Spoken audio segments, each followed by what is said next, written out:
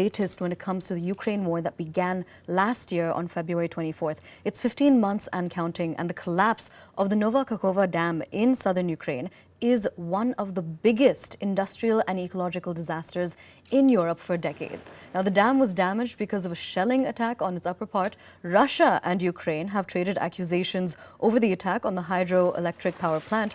The catastrophe has destroyed villages, flooded farmland, deprived tens of thousands of people of power and clean water, and caused massive environmental damage. More than 6,000 people, including 235 children, have been evacuated from the flooded areas of the Kherson region. Now, meanwhile, at least 3 people were killed and 25 were wounded after missiles hit civilian buildings in an overnight attack that took place in the central city of Kherson in Ukraine. The governor of the region, said that the strike hit a 5-story residential building early on Tuesday, and the area was engulfed in fire. Now, the devastation in President Volodymyr Zelensky's hometown is the latest bloodshed in Russia's war in Ukraine. Beyond this, Ukraine also claims that another dam has been damaged by Russia.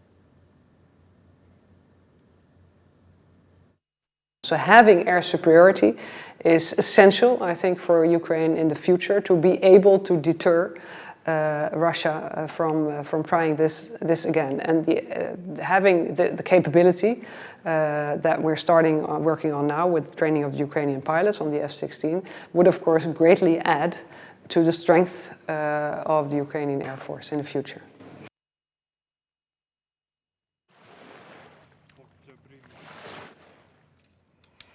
Now, we're being joined by Mr. Ruslan Bortnik, the director of the Ukrainian Institute of Politics. Mr. Bortnik, thank you so much for speaking to News 18. We're, of course, focusing on the latest when it comes to the war in Ukraine. Let's talk about the dam collapse and the recent accusation of Ukraine where they're saying that another dam has been damaged by Russia. What do you have to say about this? Hello, colleagues. Of course, there are consequences of this catastrophe, of this bombing of this dam is huge for Ukraine, because not less than 700,000 people in Ukraine will be without fresh and clear water, and a lot of damage in ecological, in economical term. Ukraine lost not less than 14% of our export potential, talking about the grain, about the wheat, because our splitting system in the agricultural sector are also broken by this attack.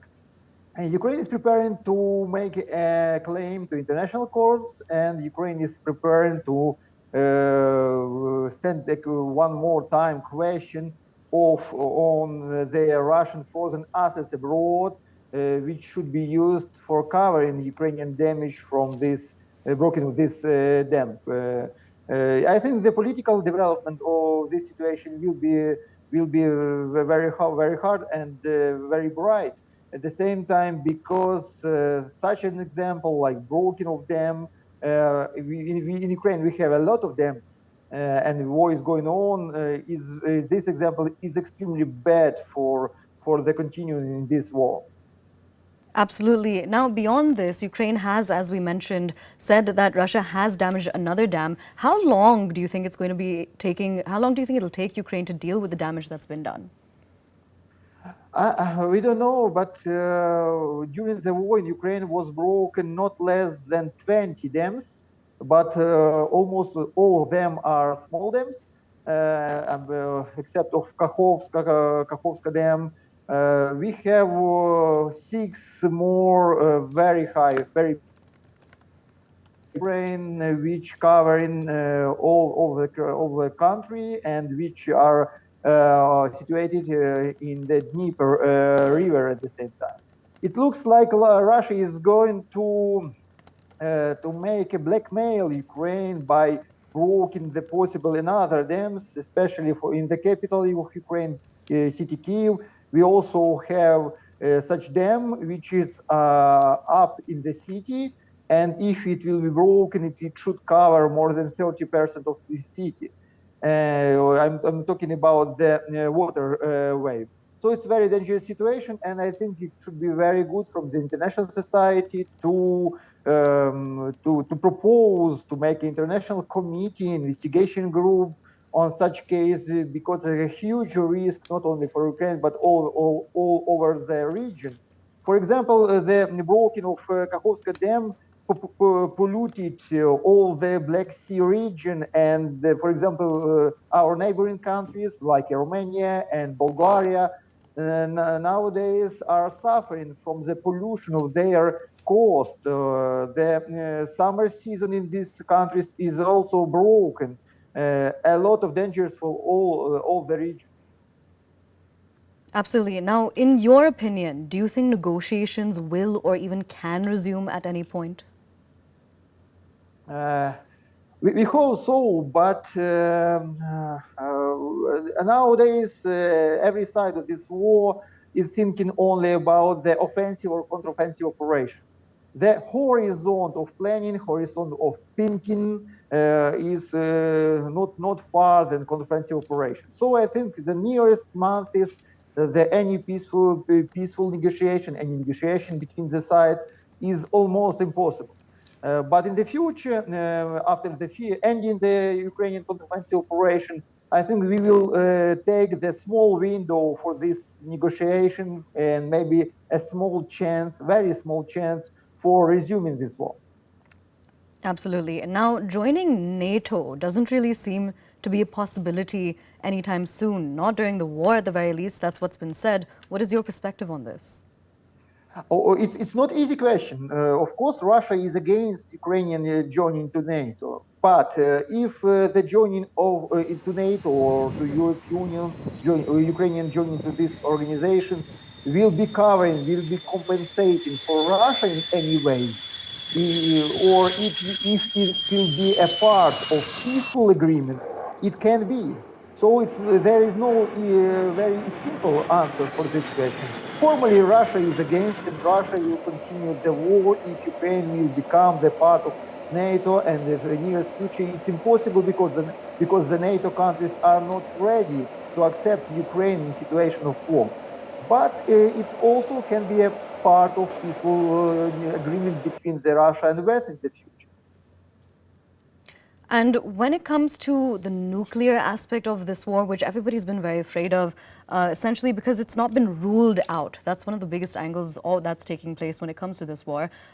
Recently, Russian President Vladimir Putin, he made a new announcement saying that tactical nuclear weapons were going to be shifted to Belarus once the storage facility is completed. And that is apparently going to be taking place in July.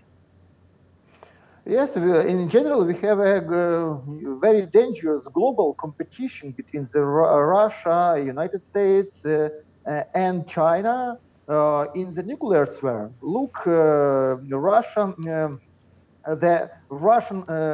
amount of Russian nuclear bombs increased in 100 bombs during the year. In the United States, the same, and China almost the same. New global competition. And of course, there is a significant risk to using the tactical nuclear weapon in Ukraine if the Russia will be losing this war by the conventional methods. This risk is very important and very hard for our country. I think that another countries, unblocked countries, countries which are not from not alignment movement around the world, such as India and so on, should stand up this question how to control nuclear weapons during this conflict. Who do you think so far has been the most powerful ally of Ukraine when it comes to this war? Would you say the United States? Oh, it's also not an easy question. If we are talking about the money, about financial support, support for restoration, recovering the Ukraine, European Union is our main partner. If we are talking about the security guarantees and military support, of course, United States and Great Britain are our main partners. But we know that the situation with Ukrainian United States cooperation is very dependable from the United States election, presidential election next year. And we don't know what will happen, what will be changes in this cooperation between Ukraine and the presidential election. I think it can change in many cases.